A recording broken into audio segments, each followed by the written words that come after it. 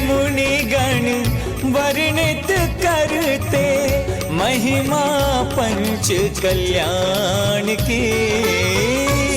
नर मुनि गण वर्णित करते महिमा पंच कल्याण की।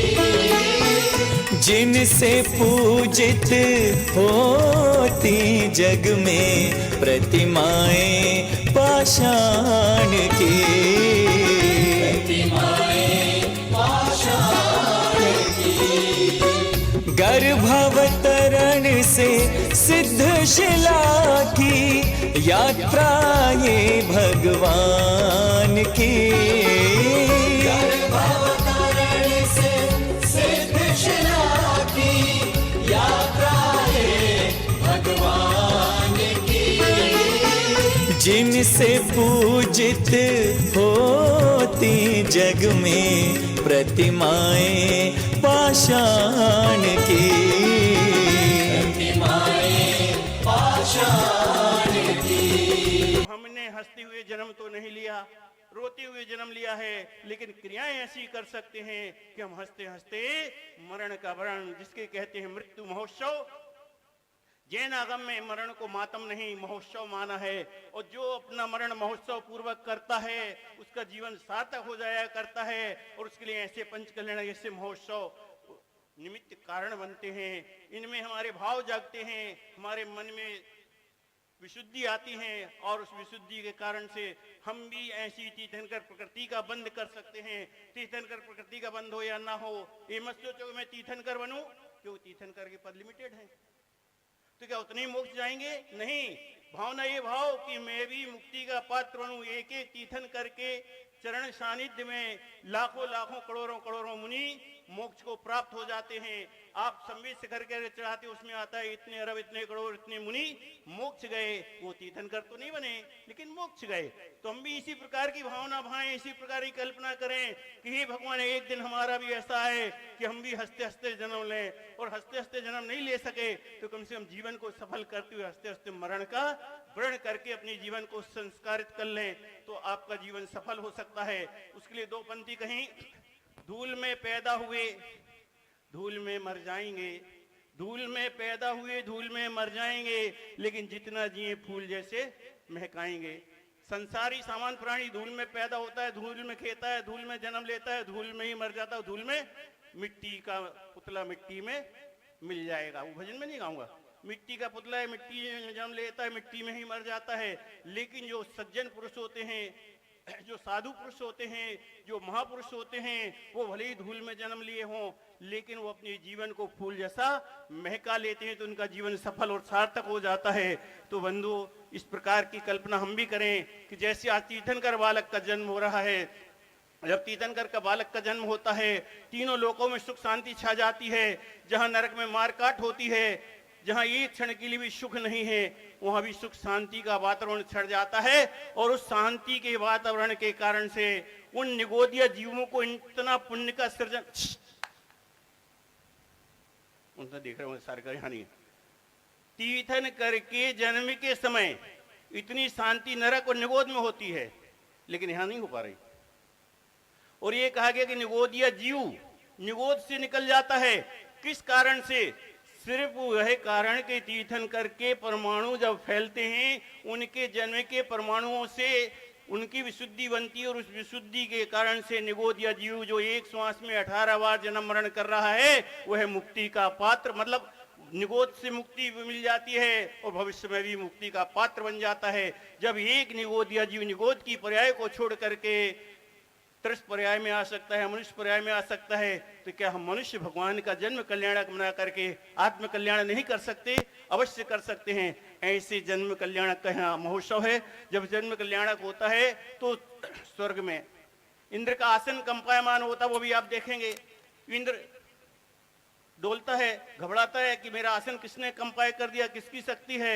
अवधि ज्ञान लगाता है, वो जानता है कि फलाने फलानी जगह में, फलानी नगर में, फलाने फलाने तीर्थंकर का, अयोध्या में आदिनाथ का, हस्तिनापुर में शांतिनाथ का, चंद्रपुर में चंद्रप्रभु का, आदि आदि नगरी जो हैं वहां पर उनका जन्म हो गया। अवधि ज्ञान लगाता है, 7 कदम आगे बढ़ता है, नमस्कार करता है, देवों को बुलाता है, देव सभा को बुलाता है, पूरी क्रिया करता है, वो क्रियाएं भी होंगी। देवों के यहाँ असंख्य प्रकार के दिव्य घोष बजते हैं, जन्म उत्सव मनाया जाता है, और वही अवसर यहाँ पर है, लेकिन हम बातों में गंवा देते हैं, वो लाभ नहीं ले पाते। देवता लोग स्वर्ग से आते हैं, वो तुम्हें यहाँ करक राय मिल जाता तो एक दूसरे को देखने में, बातों से, रिश्ते से, जान पहचान, दोस्ती सहेलियों से फुर्सत नहीं मिलती है। धन्य आपके जन्म कल्याणक को। कैसे आपका जीवन सफल बनेगा? ऐसे आपका जीवन सफल बनने वाला नहीं। सफल जब बनेगा, इस आयोजन को मात्र एक आयोजन, एक प्रदर्शन मत समझना। इस आयोजन से जितने जुड़ोगे, ये मान के चलो कि मैं साक्षात उसमें सहभागी बना, साक्षात तीर्थंकर का कल्याणक देख रहा हूँ, जन्म कल्याणक देख रहा हूँ। साक्षात तो मैंने नहीं देखा, लेकिन निमित्त कारण बना करके मैं साक्षात जुड़ करके अपने परिणामों को निर्मल कर सकता हूं। ऐसे भावों से जुड़ करके हम भगवान की भक्ति अर्चना आराधना करेंगे। अब चलते हैं, जन्म कल्याण की क्रियाएं प्रारंभ हो रही। पहले पंडित महाराज जी और आइए बोले परम पूज्य प्रातस्मरणीय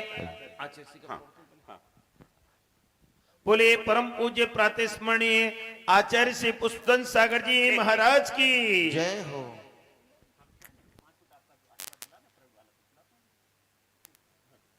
या बाद में फिर माहौल नहीं बन पाएगा, आचार्य भगवान की दिव्य देशना आप सभी के कानों तक पहुंचे। आप सावधान होकर श्रवण करें। मैं तो आपके बीच में हमेशा हूं, आप सुनते ही रहते हैं। आचार्य भगवान का सौभाग्य कम मिलता है, तो आचार्य भगवान के चरणों में नम्र निवेदन कि भगवान इन वासियों के कर्ण कोहर को किसका क्या पर कर्ण कोहरों को तृप्त करें। एक जगह पर कवि सम्मेलन हुआ, वहां पे गायकों को बुलाया गया। एक व्यक्ति ने प्रारंभ किया गीत, वो गा रहा था, गाते ही रहे, काफी समय हो गया। तो उसने कहा कि आप लोगों ने अभी बंस मोर नहीं कहा मुझे। तो उन्होंने कहा कि बंस मोर कहें कैसे, आप गीत को ठीक से गाते तो बंस मोर कहते हैं, आपने कहा ही नहीं, तो हम क्या करें आपको। ऐसी हमारी भी जिंदगी है। इस सृष्टि के अंदर सिर्फ एक इंसान ऐसा जीव है जो परमात्मा बनने की प्यास को लेकर के आया है। पशु पक्षी तो परमात्मा नहीं बन सकते, वृक्ष भी नहीं बन सकते, कोई भी नहीं बन सकता। और आप भी अगर यहाँ आके बैठे हैं तो बड़ी प्यास लेके आए हैं कि चलो आज महाराज जी बैठे हैं, वहाँ पर कार्यक्रम हो रहा, थोड़ा सा पुण्य हम भी एकत्र कर लेते हैं। वो संभव ही है, क्रिया निश्चित है, बीज है वो, और जो निकल के आ रहा वो संभव भी हम नहीं सोच सकते थे, और हम भी नहीं सोच सकते थे। मैं खुद ही अब कल से चिंतन में ही पड़ा हूँ कि मुनि राज ने कितना बढ़िया छोटा सा स्थान बनाया, लेकिन कितना मधु बनाया।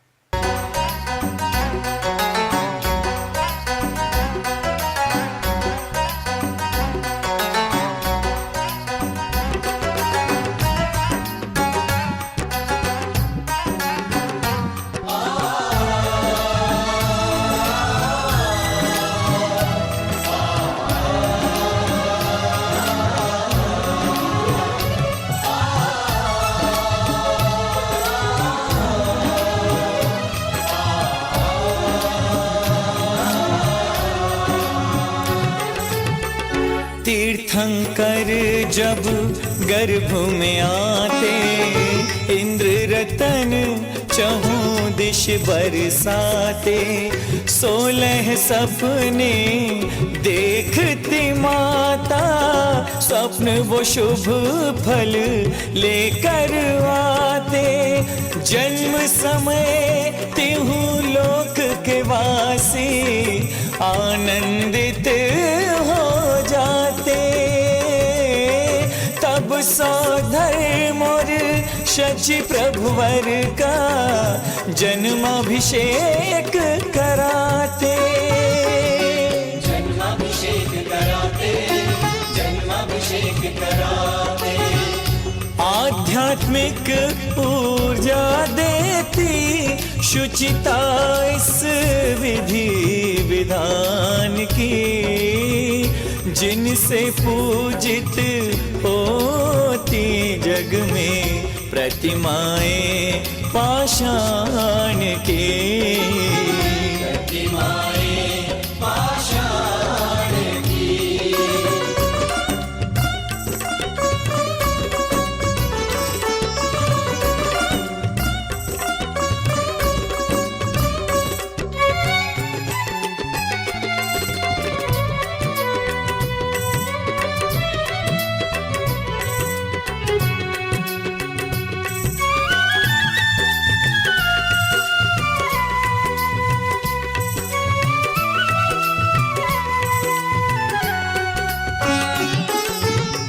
देख जगत की नश्वरता को हो जाता है मन वैरागी। राजपाठ तज दीक्षा लेने वन को जाते हैं तब त्यागी। कठिन तपस्या करके होते जिनवर केवल ज्ञानी। समव शरण में दिव्य ध्वनि बन फिरती है जिनवाणी। फिरती है जिनवाणी, फिरती है जिनवाणी। परम अलौकिक कड़ियां हैं ये आत्मा के उत्थान की। जिनसे पूजित होती जग में प्रतिमाएं पाषाण की। प्रतिमाएं पाषाण की।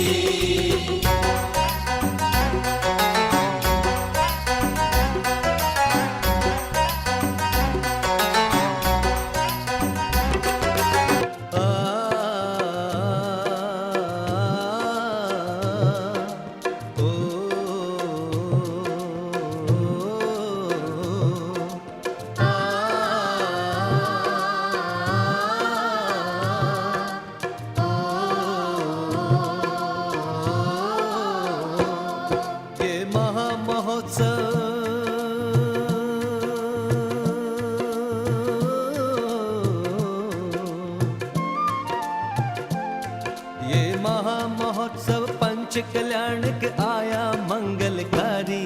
ये महामहोत्सव, ये महामहोत्सव, ये महामहोत्सव पंच कल्याणक आया मंगलकारी।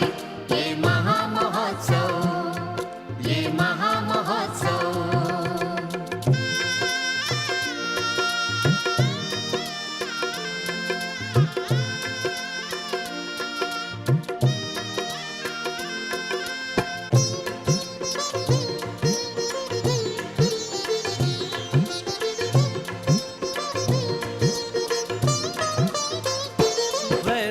समय जब आता है प्रभु 12 भाव नभाते हैं।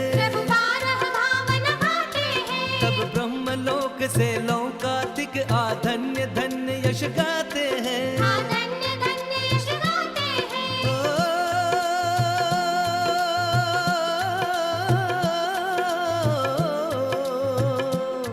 विषयों का रस फीका पड़ता, विषयों का रस फीका पड़ता, चेतन रस में ललचाते हैं। तब भेष दिगंबर धार प्रभु संयम में चित्त लगाते हैं। ये महामहोत्सव,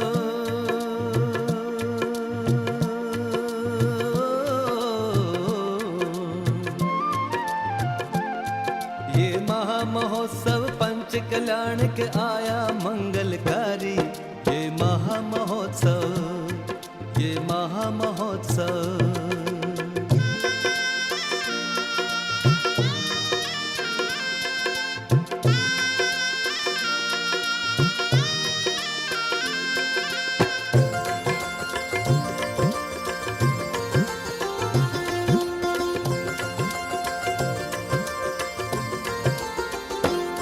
नवदा भक्ति से पड़ गाहे हैं मुनिवर यहाँ पधारो तुम।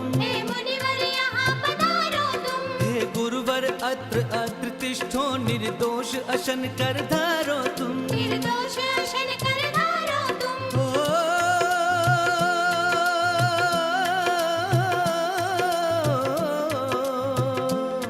हे मन वचन आहार शुद्ध, हे मन वचन आहार शुद्ध, अति भाव विशुद्ध हमारे हैं। भाव विशुद्ध हमारे हैं। जन्मांतर का ये पुण्य फला, जन्मांतर का यह पुण्य फला, श्री मुनिवर आज पधारे हैं, श्री मुनिवर आज पधारे हैं। ये महा महोत्सव,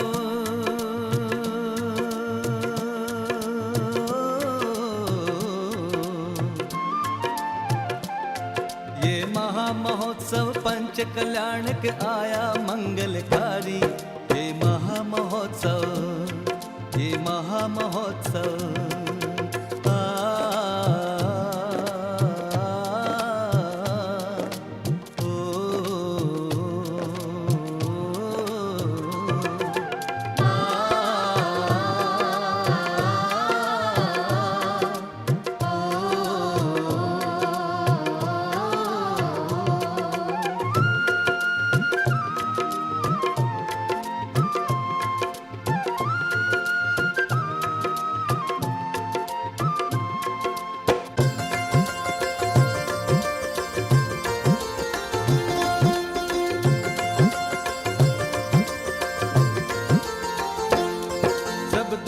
और अंतराय रहित गुरुवर ने जब आहार किया, गुरुवर ने जब आहार किया, देवों ने पंचाश्चर्य किए, मुनिवर का जय जयकार किया। मुनिवर का जय जयकार किया।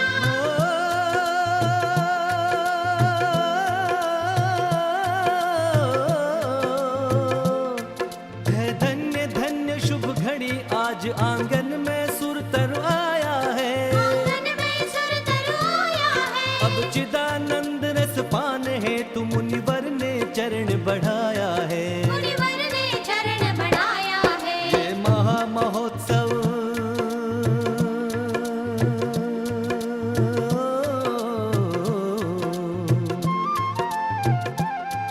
ये महा महोत्सव पंच कल्याणक आया मंगलकारी। ये महा महोत्सव, ये महा महोत्सव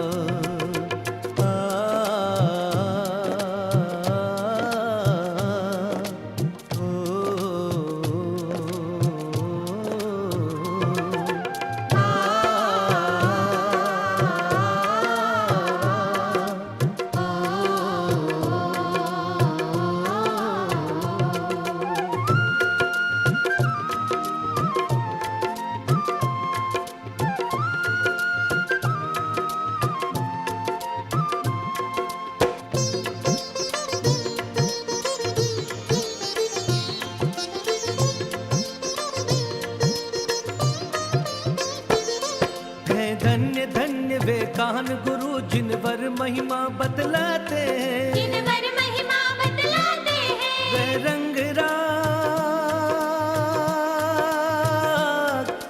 रंग राग से भिन्न चिदातम का संगीत सुनाते हैं। का संगीत सुनाते हैं। हे भव्य जीव आओ सब जन, अब मोह भाव का त्याग करो। यह पंच कल्याणक उत्सव कर, यह पंच कल्याणक उत्सव कर, अब आत्म का कल्याण करो। अब आत्म का कल्याण करो। ये महा महोत्सव,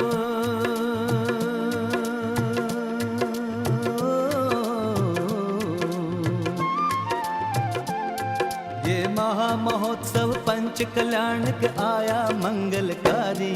ये महा महोत्सव, ये महा महोत्सव, ये महा महोत्सव पंच कल्याणक आया मंगलकारी।